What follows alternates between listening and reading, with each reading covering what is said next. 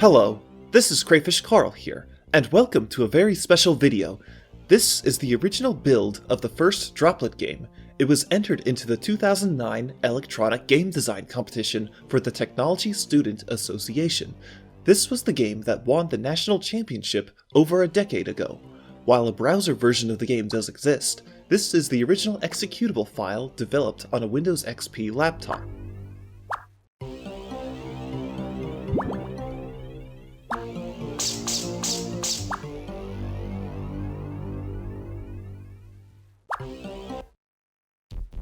Greetings, carbon-based lifeform. Welcome to Planet H2O, a world inhabited by people made of water. The famous scientist, Einstein Droplet, built the revolutionary weather machine. It controls when we water droplets evaporate. However, the evil fireling came from the planet Gamble 7 and felt that us water droplets had no right to this device and shattered it into many pieces. She also permanently evaporated many of our people. I'm recruiting you to help me search for all these missing pieces in order to bring back my people and restore order to our solar system. Do not worry, some survivors are willing to help you out on your quest. You must hurry before all the pieces are long lost. Part of the criteria for the competition was to include educational value. That is, the game should have taught something related to what the player may have been studying in school. I thought about using water molecules and the water cycle, but I wanted to more seamlessly integrate these educational elements into the gameplay. The Oregon Trail was an example of how I was looking to model this integration. For gameplay, I drew from Super Mario Bros. And Mega Man, as those were the types of games I was most familiar with creating at the time. For aesthetics, I drew from the Magic School Bus and the Smithsonian Museum's animated cartoons such as Priscilla the Proton. 3D animated background effects, such as the oceans, were created using a Mode 7 plugin for multimedia fusion. This effect was removed from the browser version as the plugin was not compatible with the HTML5 exporter. For the game's main graphics, we opted for a mix of 2D pixel art as well as hand-drawn backgrounds created with colored pencils, markers, and live photographs. This was to evoke a fun, friendly, cartoonish feel. The color palette consists of bright primary colors that pop out. The key gameplay feature is the ability to change between different states of matter. I was inspired by the concept of several games, such as Mega Man, where the player had the ability to use various elemental power-ups. I found that having the different states of matter, as Droplet's power-ups, was a good way to integrate traditional gaming and the required educational elements. While there was only water, cloud, and ice forms available in the first game, the concept of different states of matter would be built upon in the sequels, such as the addition of a plasma form. Later installments, including the currently in development Droplet States of Matter, would introduce new ways to use the power-ups.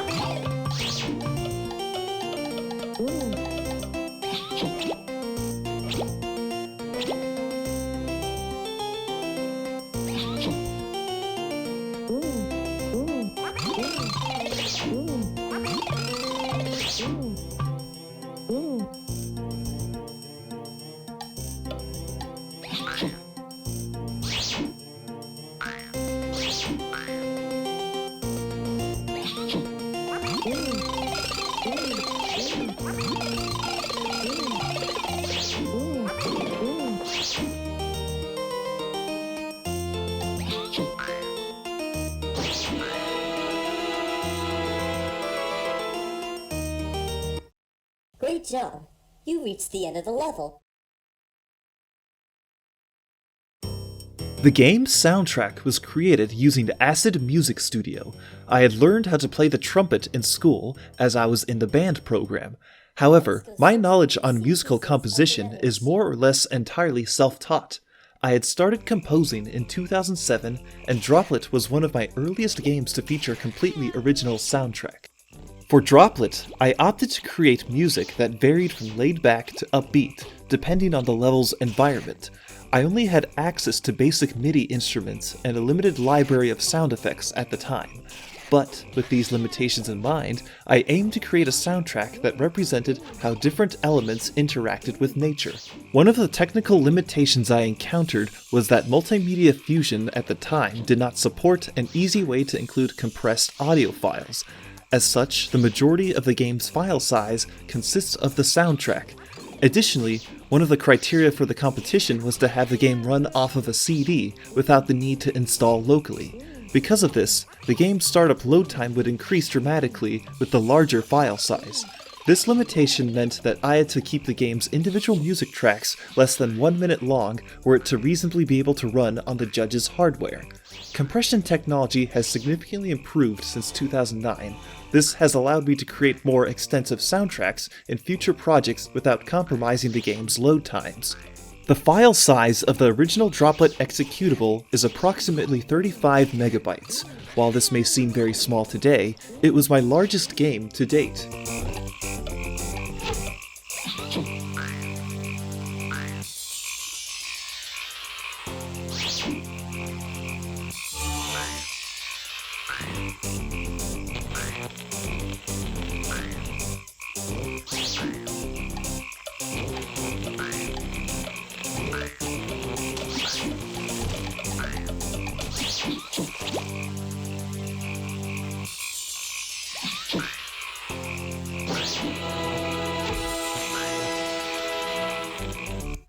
Great job! You reached the end of the level. The game's main villain, Firling, was added very late into development. While the version of Droplet that I had presented at the state-level competition was successful, one of the key pieces of feedback I received at the time was to add more enemy characters. Thus, it was necessary to populate the world to not only offer challenging gameplay, but also an engaging story. Firling was designed as an antithesis to Droplet, with her name being a loose inverse. If Droplet was a tiny piece of water, then Firling would be a tiny piece of flames.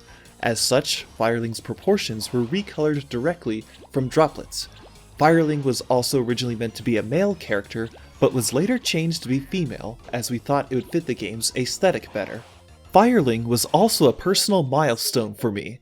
It was the first time I created an intricate AI for a game.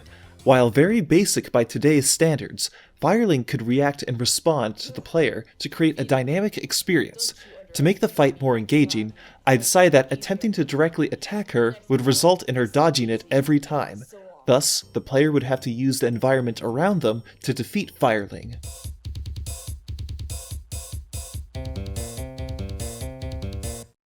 Let's go search for the missing pieces of the weather machine.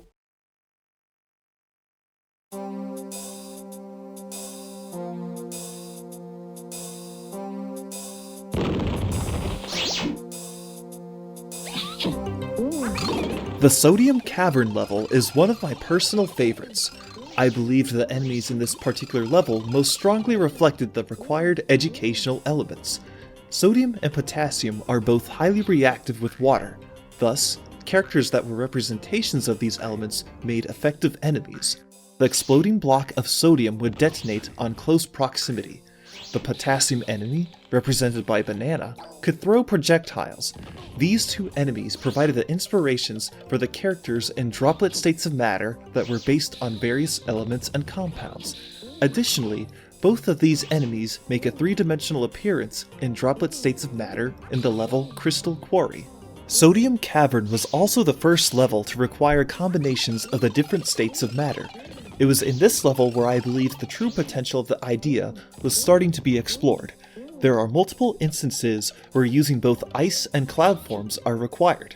For example, earlier in the level, the player had to freeze a path across the toxic waste so that cloud form could reach a ledge that was too high for the others. This laid the foundation of Droplet being a puzzle platformer.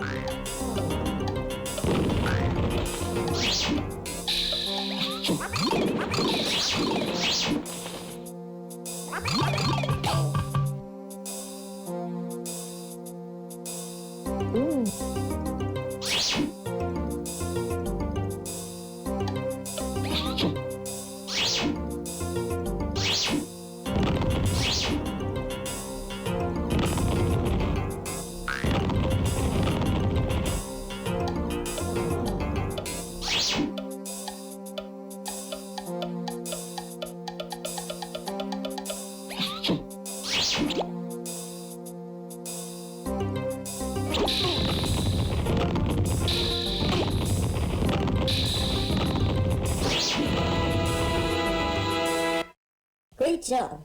You reached the end of the level.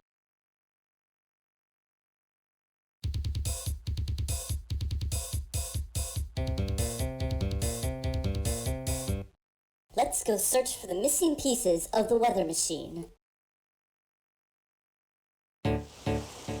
Overcast Port was one of the last levels to be created.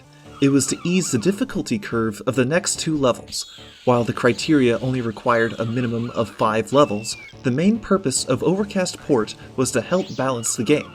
There were originally meant to be 12 levels total, but half of them had to be cut due to time constraints.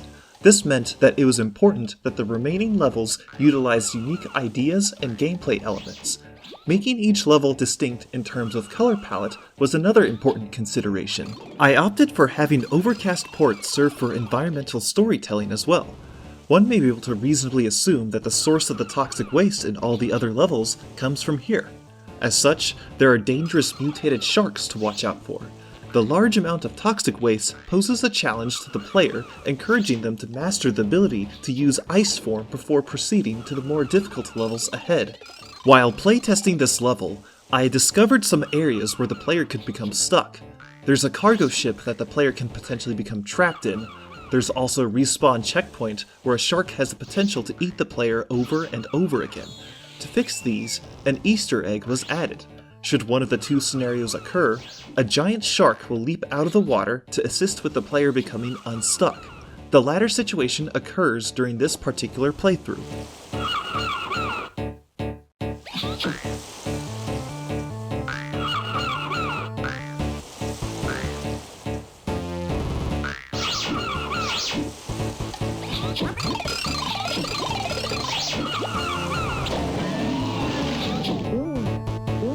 In the browser version, the segment where the player must cross a long stretch of toxic waste is unintentionally more difficult. This is because Multimedia Fusion changed their physics engine between the 2009 and 2015 versions. As such, the ice blocks the player shoots out will bounce around in vastly different patterns. Perhaps at a later date, rather than a port, I may do a complete remake of the game so that the physics are more accurate to the original. However, because all the levels of the first Droplet game are already planned to appear as Easter eggs and Droplet states of matter, a reboot of the first game that adheres to the newer continuity would be much more practical. Perhaps it may be a prequel 2D spin-off of sorts. Great job! You reached the end of the level.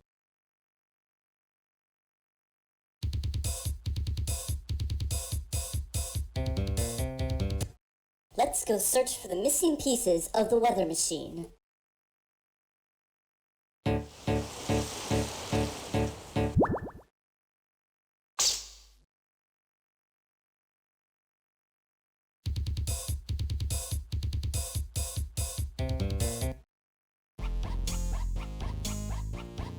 At last, we meet for the second time. I've gotten a lot stronger since the last time we met. Just think about it. You will never win. Firling appears once more as the second boss. As mentioned before, Firling was a late addition into the game. As I was working under significant time constraints as well as balancing out schoolwork, it was most efficient to build upon the same Firling encounter, but add new elements. In the second boss fight, everything is slightly faster than before. The movement of the terrain as well as the rate at which Firling attacks. Being in ice form adds another level of difficulty, as slippery physics were now part of the challenge. In this playthrough, I managed to beat Firling fairly quickly. However, I attribute that to many hours spent playtesting. A first-time player may not be as quick with reacting to the challenges. I had to keep this in mind when designing the levels, as what may be easy for me may not be so for others. Let's go search for the missing pieces of the weather machine.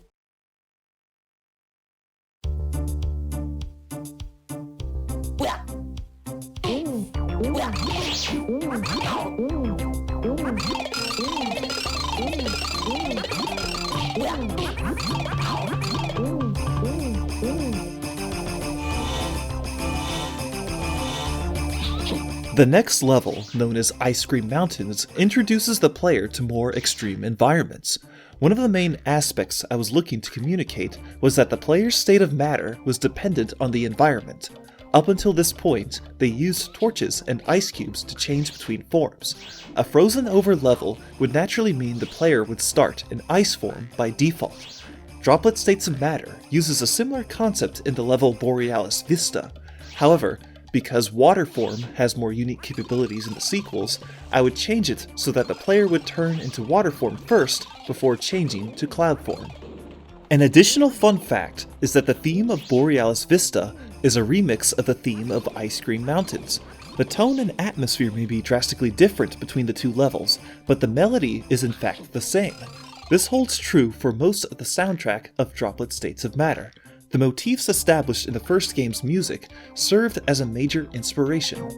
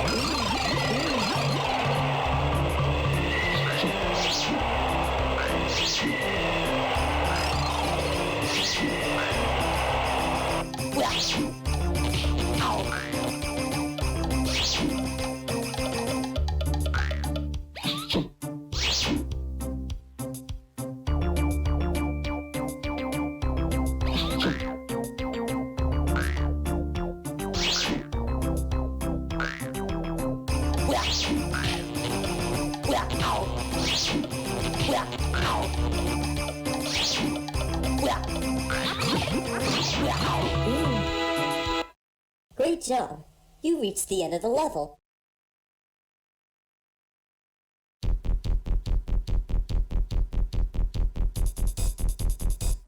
Let's go search for the missing pieces of the weather machine.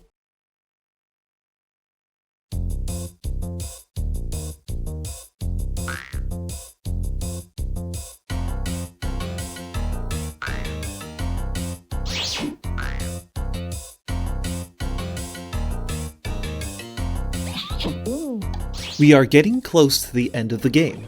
The final level is known as Volcanic Domain, set in Fireling's homeworld.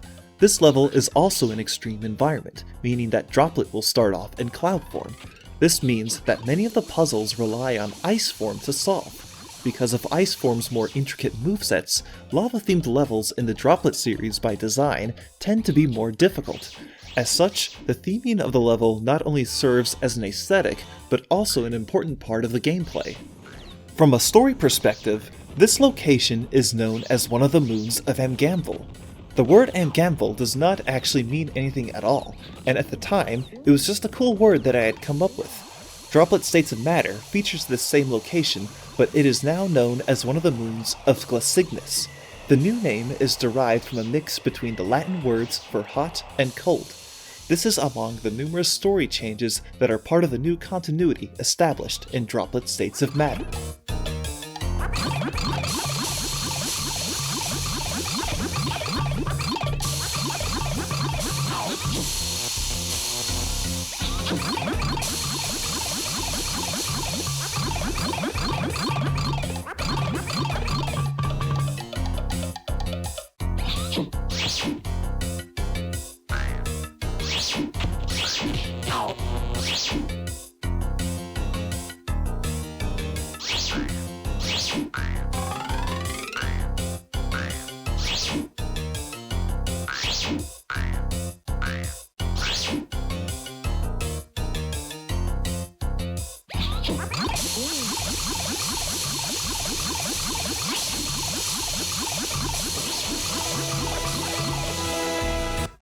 Great job! You reached the end of the level.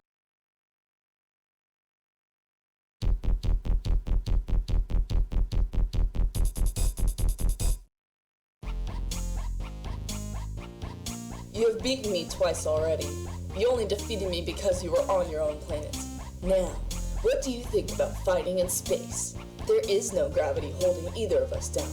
You shall see the full extent of my power. Now it is time for the final boss. This time, the player must take on Fireling in space. It was one of the most complex scenes in the game, as the fight was in zero gravity. The player would drift slightly downward, but could control how much they ascend or descend by either jumping or pressing the down arrow. The same zero-gravity effect also applied to Firling, meaning that she had an even greater range of attack than the previous two encounters. Once more, I beat Firling very quickly. Prior to recording, I made sure to practice so that I could confidently defeat the boss on my first try. Depending on how many parts the player collected, you would get one of two endings. Fireling's ending speech would be different depending on which ending you got. Should you have missed any parts, the weather machine would malfunction, but with 100% completion, you'll be able to see the true ending.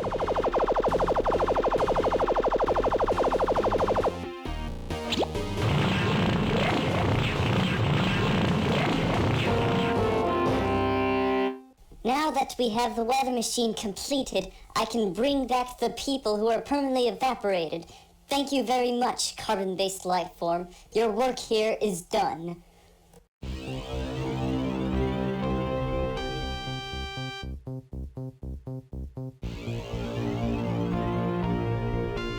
It was an amazing experience being able to create this game all those years ago.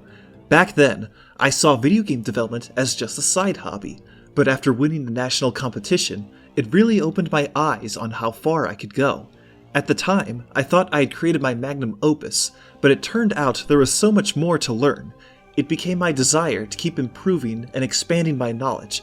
It led me to studying computer science, learning more programming languages, and eventually picking up on Unreal Engine 4. I am hoping that with my latest game in development, Droplet States of Matter, that I'll be able to not only pay homage to my early years, but to also continue to innovate. These are projects of passion, and while I may be faced with challenges, the idea that a cool game will be the result of my labors has been a driving motivation for me. If you would like to follow the development of Droplet States of Matter and my other projects, why not check out my Discord channel in the link below? I'd also appreciate a like, subscribe, or a comment. And with that, thank you for watching.